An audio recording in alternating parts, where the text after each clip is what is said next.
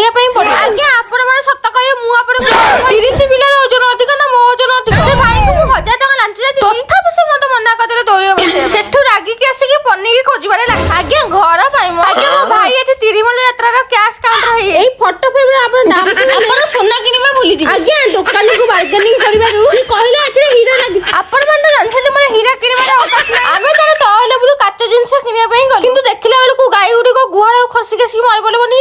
ଆଗେ ଯାତ୍ରା ମାନଙ୍କର ହରେକ ମାଲ 10 ଟଙ୍କିଆ ଜିନିଷ ହଉଛି ଏଇଗୁଡ଼ା। ମୁଁ ସେ ଯାତ୍ରାର ମେନ୍ ଏରିଆକୁ ଯାଇଥିଲି। ମେନ୍ ଏରିଆ ତ ମେନ୍ ଲୋକ ରହିବେ ନା ଆମ ପ୍ରଭୁ ଜଗନ୍ନାଥ। ଏଇ ଗାଁରେ ଅପେରା ବି ପଡେ। ରଙ୍ଗ ମହଲର ରଙ୍ଗୀନ ନାଟକ ଦେଖିବା ଯାତ୍ରାର ବହିଟିର ନାଁ ହଉଛି କଟି କଟି ଡବଲ କଟି ମାସେ ପର୍ଯ୍ୟନ୍ତ ପିଟା। ଏମାନଙ୍କର ଠିଆ ହେବାର ପୋଜିସନ ମୁଁ ଆର ବର୍ଷ ରଙ୍ଗ ମହଲ ଯାତ୍ରାରେ କାଣ୍ଡେଇ ରୋଲ କରିବାର ସୁଯୋଗ ମତେ ମିଳିଲା। ତାପରେ ଦିନ ଠାକୁରଙ୍କୁ ଟିକେ ଫଗୁ ବୋଳିବା ପାଇଁ ପଡେ। ଦେଖିଲା ବେଳକୁ ସେ ଦୋଳ ଯୋଉ ଦିଅନ୍ତିଲେ ଫଗୁରେ ଦେଖା ଯାଉନଥିଲେ। ମୋର ଗୋଟିଏ ଅସୁବିଧା ରହିଗଲା ଏତେ ଦୋଳ ଥିଲେ ମୁଁ କରିପାରିଲି ନା। ଏଇ ଯୋଗୁନିଖିଆ ଜନ୍ମଦିନ ଥିଲା ହେଲେ ଆମକୁ ବିରିୟାନୀ ଦେଲା ନା ଓଲଟି ମୋଠୁ 100 ଟଙ୍କା ନେଲା ବିରିୟାନୀ ଖାଇବା ବୋଲି।